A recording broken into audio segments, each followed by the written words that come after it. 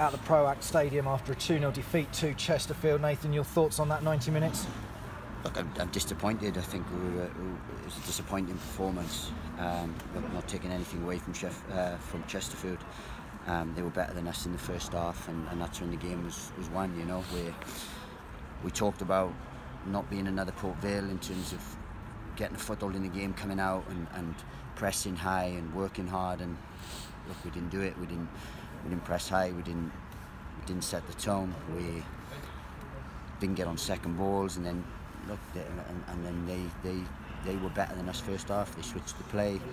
They got the goal was coming from their point of view, and they scored a very good first goal. You know, but for us, we were nowhere near our levels of performance in terms of out of possession and what we did, and we paid for it. You mentioned the goal there. Obviously, it was a good break from them and a nice finish. But 6 minutes later, was the game changer the decision to give the penalty and that made it 2-0? Look, I can't categorically say that it isn't a pen. It's there's a little bit of contact and hand on the back, but it was far less than the contact right in front of the press box here, with Sid Nelson and in minutes before. So how he gives one and doesn't give the other, we're disappointed with that. But look, that may be the game changer, but I don't think we looked like actually scoring today. You know, we had a few powder puff shots, and we did have any kind of play. We didn't really test the keeper enough, and it wasn't until sort of Jordan Cook came on that he actually gave anything of any note. I mean, it's so frustrating that we've seen the club come from behind. We've seen the team put out some determined performances in recent weeks. Newcastle away, we talked about Swindon scoring 5 in the second half, but this afternoon it just wasn't there, was it? No, look, they were nowhere near today. I mean, and I said I'm very sceptical to always say, well, we weren't good, sort of. But Chesterfield were better in us first half, but we were nowhere near the levels that we can attain, and that's the real frustrating thing for us, because it was a massive opportunity today, because a lot of teams playing each other, so we knew that everyone couldn't pick up points, so we knew if we did, it would be a good day, but we never did. And there's 2 opportunities now, the Port Vale game and this game, and we looked a little bit leaderless today. We missed, we've got 4 big players out in terms of Cuthbert, Sheehan, McCormack and Hilton today, and that's 4 big characters, 4 big experienced leaders of a team, and it showed today, to be honest. You've mentioned Danny Hilton there, obviously not in the starting 11 or in the squad. We saw he was sitting here in the stand, so that hopefully put to bed a lot of rumours that were going around on social media when they realised he wasn't included. No, Danny's got a stiff hamstring. He trained Thursday, and he was stiff the other day. He trained Thursday. Probably shouldn't have trained, to be honest with you, but we weren't aware of it till after the training session. Then he was stiff. We brought him up here, we gave him a fitness test this morning. Just decided not to risk him, because if you do risk him and something happens, then you're without him for long periods. So we didn't. So we took a gamble and not having him today, so that we could have him back fresh for a full week's training and leading into the home game. And that's a frustrating thing. And we've been without some big players today, and it showed. It really did, because we looked like that we were a little bit powder puff. We know what kind of side we are. We know we're a good side, but today, out of possession, we were nowhere near.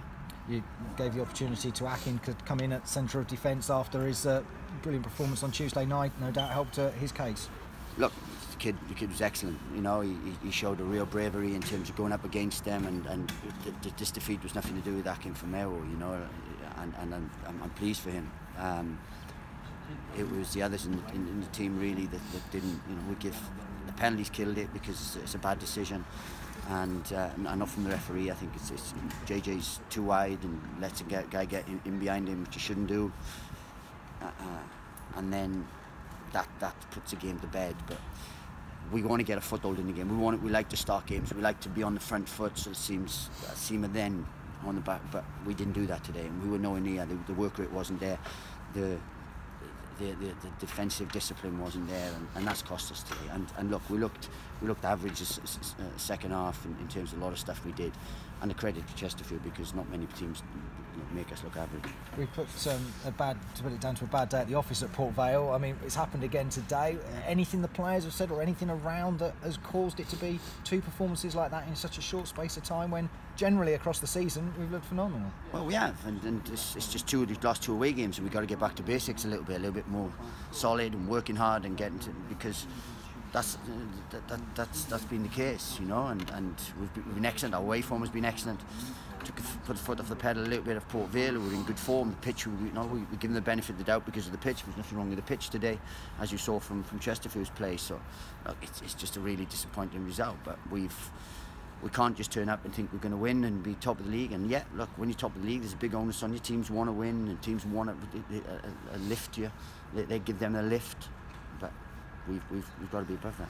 And scoring goals is obviously the key thing. It's not been an issue more often than not this season, but again now that's 2 away games where we've not found the back of the net. Yeah, and look, it's a stat. We're the highest, one of the highest scorers in, you know, it's us and Man City, the highest scorers in all the divisions. But there's a few games where we haven't scored in. You know, there's a high percentage of games where we haven't scored in. So that has to be done. But the more worrying thing is, look, it's last 2 away games. We've lost the last 2 away games now, and we can't do that because we've got, you know, still a big period to come out. We've got 3 of the next 4 games are at home, so that's not that theory. But when we do go away, we want to keep, you know, make sure we keep picking up points away from home and not just rely on the home form, because you can't. You mentioned the big 4 that were out. Obviously, Danny's got a bit of an injury at the moment. Alan's missing another game through suspension. The likelihoods of Alan McCormack and Scott Cuthbert being back and featuring in due course? Well, Alan's closer than Scott, but look, the big ones are out. As we said, Sheehan's lack of discipline has cost us, and it has, because he's missed two games and we've lost both games, so that's cost us. So I'm really disappointed with that. And then obviously Danny couldn't.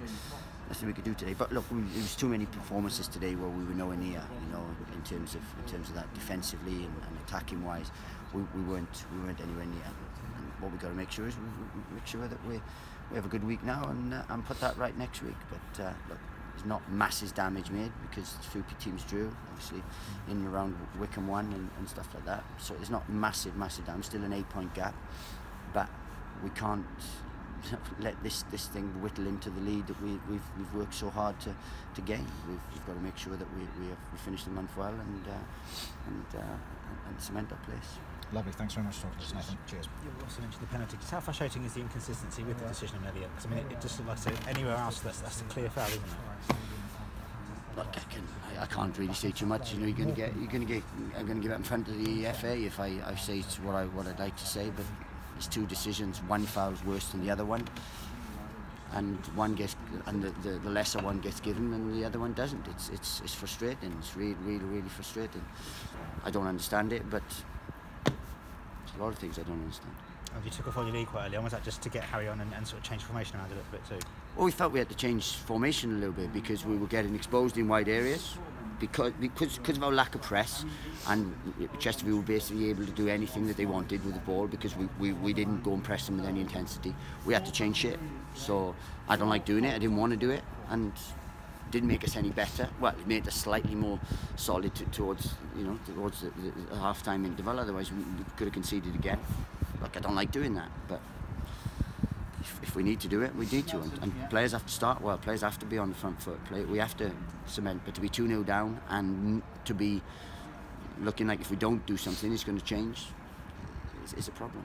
Also, he wasn't happy with the decision, but I guess you'd expect that. And you'd want to see that, wouldn't you, from any player coming off before half-time?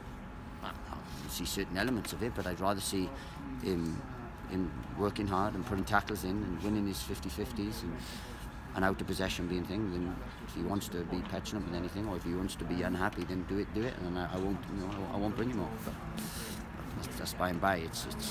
He wasn't the only one. I couldn't bring anyone. It's just he was the unlucky one because of the change of shape. He was the unlucky one.